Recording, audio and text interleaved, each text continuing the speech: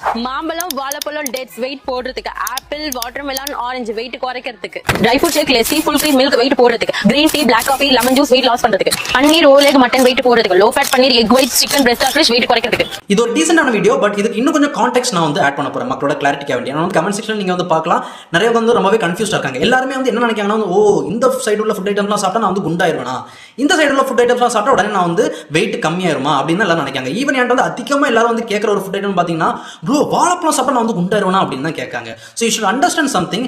எந்த ஒரு சிங்கிள் ஃபுட்டும் இன்ஹெரன்ட்லி உங்களுக்கு வந்து வெயிட் கூட்டவும் செய்யாது, குறைக்கவும் செய்யாது. It's all about energy balance. நீங்க வந்து கேலரி சர்ப்ளஸ்ல நீங்க சாப்பிட்டீங்கன்னா வெயிட் கூடும், கேலரி டெபிசிட்ல சாப்பிட்டீங்கன்னா வெயிட் கம்மியாகும். ஸோ கேலரி அதிகமாக வந்து நீங்க இந்த சைடு சாப்பிட்ற ஃபுட்டோ இந்த சைடு ஃபுட்டோ நீங்க எது ஆட் பண்ணாலும் உங்களுக்கு வந்து வெயிட் கூடும். அதே மாதிரி கேலரி டெபிசிட்ல நீங்க இந்த சைடு சாப்பிட்ற ஃபுட்டோ இந்த சைடு சாப்பிட்ற ஃபுட்டோ எதை நீங்க ஆட் பண்ணாலும் உங்களுக்கு வந்து வெயிட் கம்மியாகும். இப்போ எதுக்கு இந்த ஆப்ஷன் கொடுத்துருக்காங்கன்னு பார்த்தீங்கன்னா, உங்களுக்கு வந்து ஹை கேலரி அல்டர்னேட்டிவா உங்களுக்கு வந்து இங்க கொடுத்துருக்காங்க, லோ கேலரி அல்டர்னேட்டிவா உங்களுக்கு இந்த சைடு கொடுத்துருக்காங்க. ஸோ உங்க வெயிட் மேனேஜ்மெண்ட் ஜர்னில இந்த ஸ்வாப்ஸ் பண்ணீங்கன்னா உங்களுக்கு இன்னும் யூஸ்ஃபுல்லா இருக்கும். அதுதான் வந்து ஆக்சுவலி இதோட மெசேஜ்.